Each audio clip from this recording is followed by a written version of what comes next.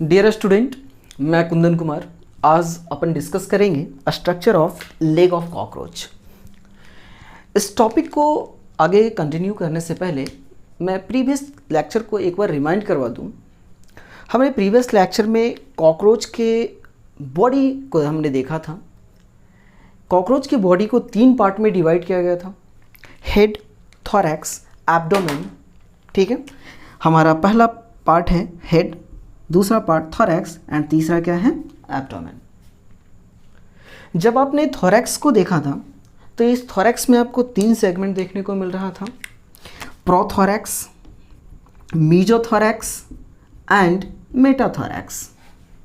ठीक है, इस थोरैक्स के ऊपर आपको 2 स्ट्रक्चर देखने को मिलता है: 2 pair wings and 3 pair legs. Wings की अगर हम लोकेशन की बात करें तो वो प्रेजेंट होता है मीजोथोरैक्स एंड मेटाथोरैक्स के ऊपर। प्रोथोरैक्स के ऊपर विंग्स एब्सेंट होता है। खैर, इसकी बात हम नेक्स्ट लेक्चर में करेंगे। अगर हम लेग्स के पोजीशन की बात करें तो हर एक सेगमेंट में आपको 1 पेयर लेग्स देखने को मिलेगा। So the total number of legs present in cockroach, तो हमारा आंसर क्या जाएगा, 3 पेयर। अगर हम एक सिंगल लेग की बात करें तो एक सिंगल लेग में आपको 5 सेगमेंट मिलता है और हर एक सेगमेंट को कहा जाता है पोडोमियर। क्या बोलते हैं? हर एक सेगमेंट को पोडोमियर कहते हैं। तो आइए अब हम एक सिंगल लेग्स का स्ट्रक्चर को स्टडी करते हैं। जैसा कि हमने कहा कि कॉकरोच लेग के अंदर 5 सेगमेंट देखने को मिलता है। तो फर्स्ट हमारा सेगमेंट है coxa, first segment. Second segment आप देख सकते हो जिसका नाम है ट्रोकेंटर।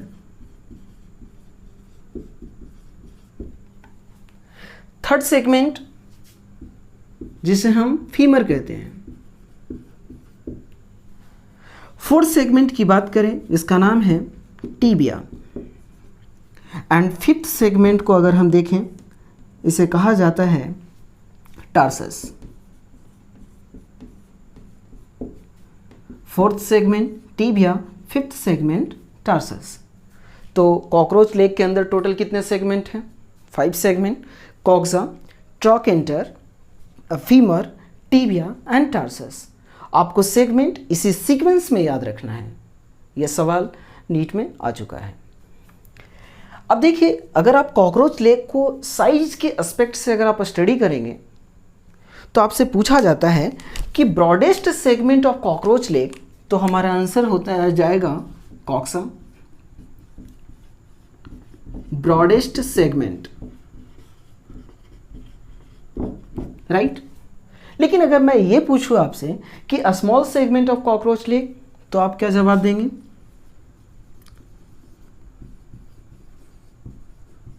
ट्रोकेंटर। ठीक है। अगर मैं बोलूं कि फीमर कैसा सेगमेंट है, तो आपका जवाब होना चाहिए लॉन्ग सेगमेंट।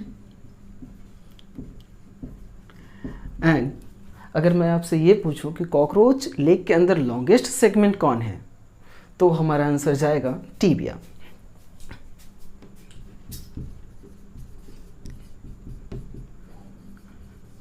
Segment, right. आगे कंटिन्यू करते हैं। देखिए, जब आप टार्सस को स्टडी करेंगे ना, तो इस टार्सस में भी आपको 5 सब सेगमेंट आपको देखने को मिलता है। ठीक। And fifth segment of tarsus को हम कहते हैं प्री टार्सस। क्या कहते हैं? प्री टार्सस कहते हैं। इस प्री टार्सस के ऊपर 2 स्ट्रक्चर प्रेजेंट होता है। पहला स्ट्रक्चर है 1 पेयर क्लॉज,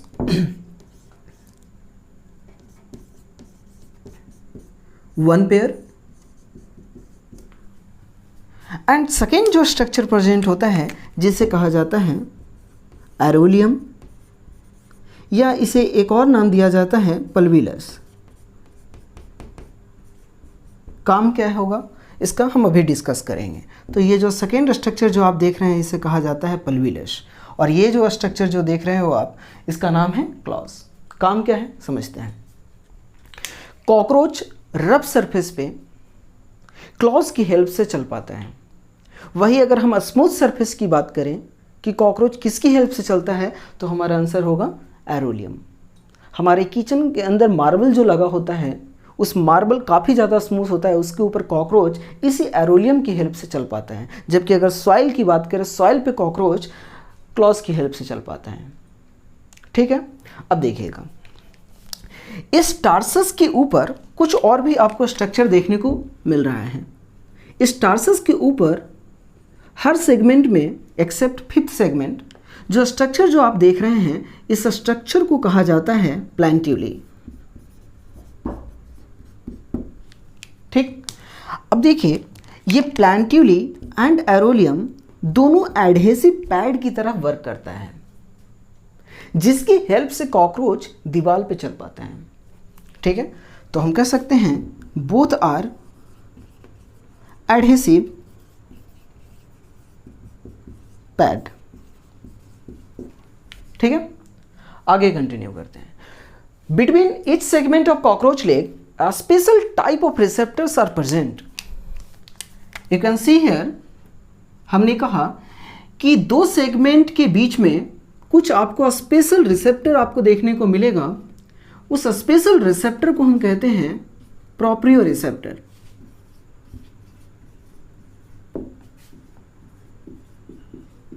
प्रोप्रियो रिसेप्टर, ये रिसेप्टर वर्क करता है नेचुरल सिस्मोग्राफ की तरह। Work as natural seismograph.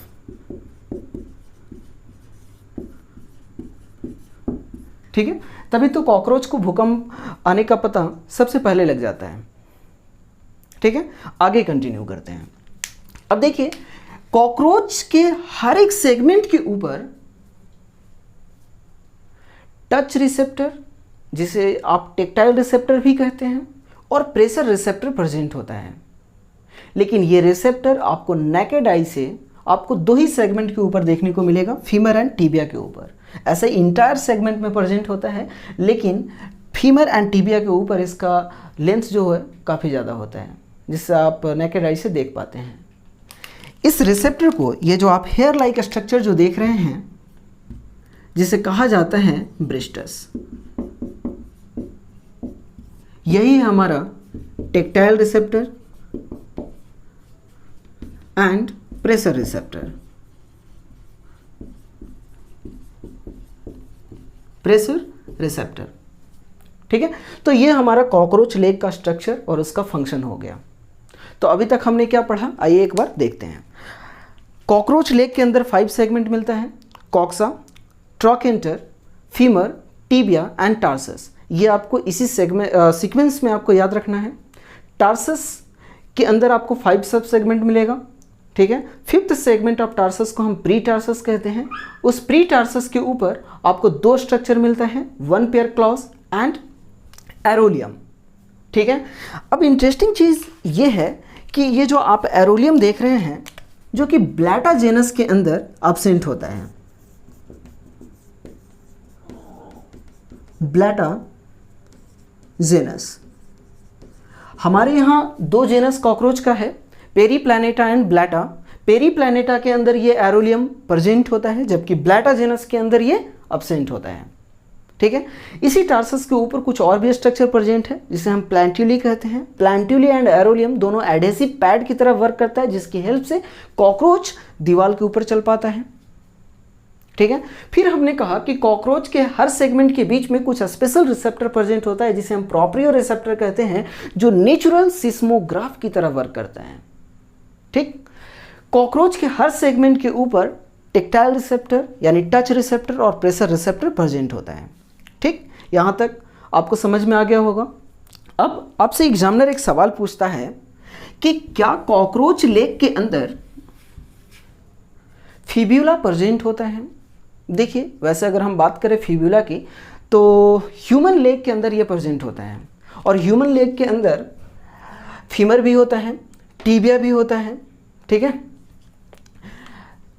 Fibula भी होता है, लेकिन कॉकरोच की अगर हम बात करें, कॉकरोच में फिब्यूला प्रेजेंट होता है क्या? नहीं। कहीं पे भी आपको दिख रहा है क्या? नहीं। तो fibula absent in cockroach leg.